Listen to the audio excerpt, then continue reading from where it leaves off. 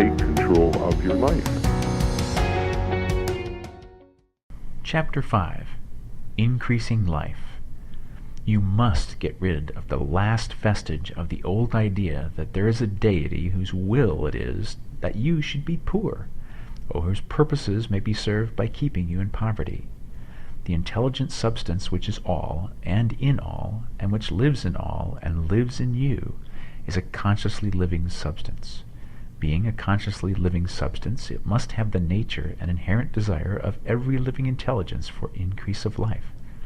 Every living thing must continually seek for the enlargement of its life, because life, in the mere act of living, must increase itself.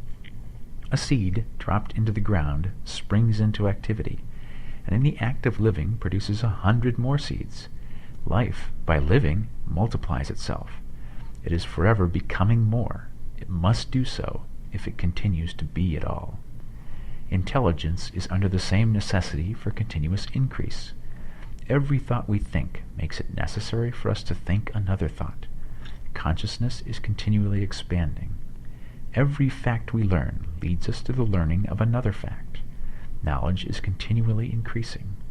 Every talent we cultivate brings to the mind the desire to cultivate another talent. We are subject to the urge of life, seeking expression, which ever drives us on to know more, to do more, and to be more. In order to know more, do more, and be more, we must have more. We must have things to use, for we learn and do and become only by using things. We must get rich so that we can live more. The desire for riches is simply the capacity for larger life seeking fulfillment. Every desire is the effort of an unexpressed possibility to come into action. It is power seeking to manifest which causes desire. That which makes you want more money is the same as that which makes the plant grow. It is life seeking fuller expression. The one living substance must be subject to this inherent law of all life. It is permeated with the desire to live more. That is why it is under the necessity of creating things. The one substance desires to live more in you. Hence it wants you to have all the things you can use.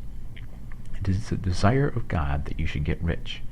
He wants you to get rich because he can express himself better through you if you have plenty of things to use in giving him expression. He can live more in you if you have unlimited command of the means of life. The universe desires you to have everything you want to have. Nature is friendly to your plans. Everything is naturally for you. Make up your mind that this is true. It is essential, however, that your purpose should harmonize with the purpose that is in all.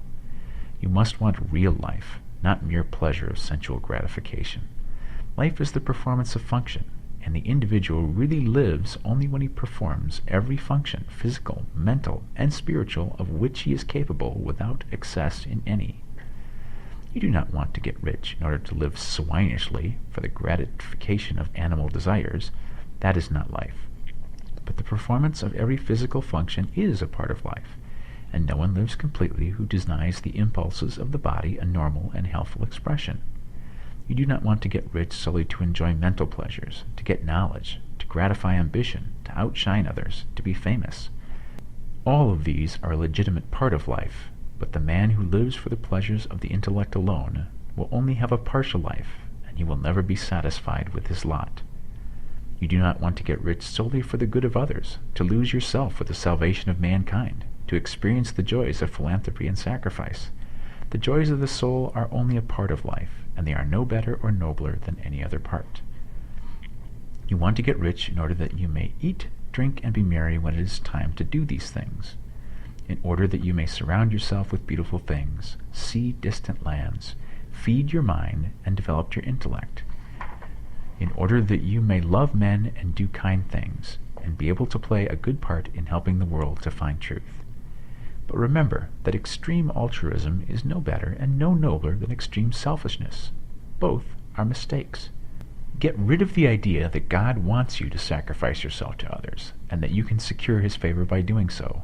God requires nothing of the kind. What he wants is that you should make the most of yourself, for yourself, and for others.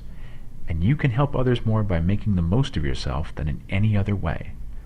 You can make the most of yourself only by getting rich, so it is right and praiseworthy that you should give your first and best thought to the work of acquiring wealth.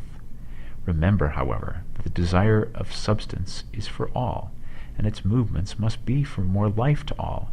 It cannot be made to work for less life to any, because it is equally in all, seeking riches and life. Intelligent substance will make things for you, but it will not take things away from someone else and give them to you. You must get rid of the thought of competition. You are to create, not to compete for what is already created. You do not have to take anything away from anyone. You do not have to drive sharp bargains. You do not have to cheat or to take advantage. You do not need to let any man work for you for less than he earns. You do not have to covet the property of others, or to look at it with wishful eyes. No man has anything of which you cannot have the like, and that without taking what he has away from him. You are to become a creator, not a competitor. You are going to get what you want, but in such a way that when you get it, every other man will have more than he has now. I am aware that there are men who get a vast amount of money by proceeding in direct opposition to the statements in the paragraph above, and may add a word of explanation here.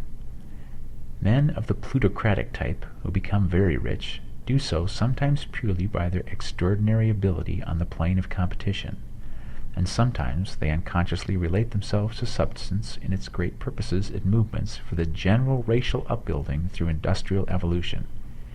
Rockefeller, Carnegie, Morgan, and the rest have been the unconscious agents of the supreme in the necessary work of systematizing and organizing productive industry, and in the end their work will contribute immensely toward increased life for all. Their day is nearly over. They have organized production, and will soon be succeeded by the agents of the multitude who will organize the machinery of distribution. The multimillionaires are like the monster reptiles of the prehistoric eras. They play a necessary part in the evolutionary process, but the same power which produced them will dispose of them, and it is well to bear in mind that they have never been really rich. A record of the private lives of most of this class will show that they have been really the most abject and wretched of the poor. Riches secured on the competitive plane are never satisfactory and permanent. They are yours today, and another's tomorrow. Remember, if you are to become rich in a scientific and certain way, you must rise entirely out of the competitive thought. You must never think for a moment that the supply is limited. Just as soon as you begin to think that all the money is being cornered and controlled by bankers and others, and that you must exert yourself to get laws passed to stop this process and so on, in that moment you drop into the competitive mind, and your power to cause creation is gone for the time being, and what is worse, you will probably arrest the creative movements you have already instituted.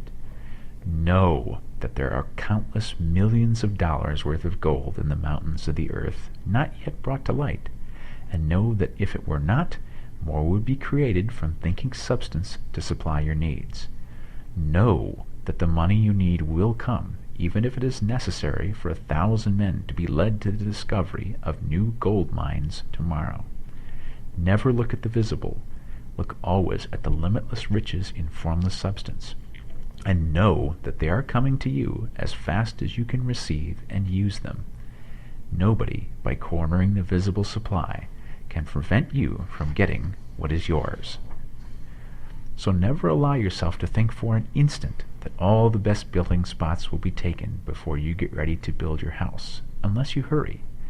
Never worry about the trusts and combines and get anxious for fear they will soon come to own the whole earth. Never get afraid that you will lose what you want because some other person beats you to it. That cannot possibly happen. You are not seeking anything that is possessed by anybody else. You are causing what you want to be created from formless substance, and the supply is without limits. Stick to the formulated statement. 1. There is a thinking stuff from which all things are made, and which, in its original state, permeates, penetrates, and fills the interspaces of the universe. 2. A thought in this substance produces the thing that is imaged by the thought. 3. Man can form things in his thought, and, by impressing his thought upon formless substance, can cause the thing he thinks about to be created.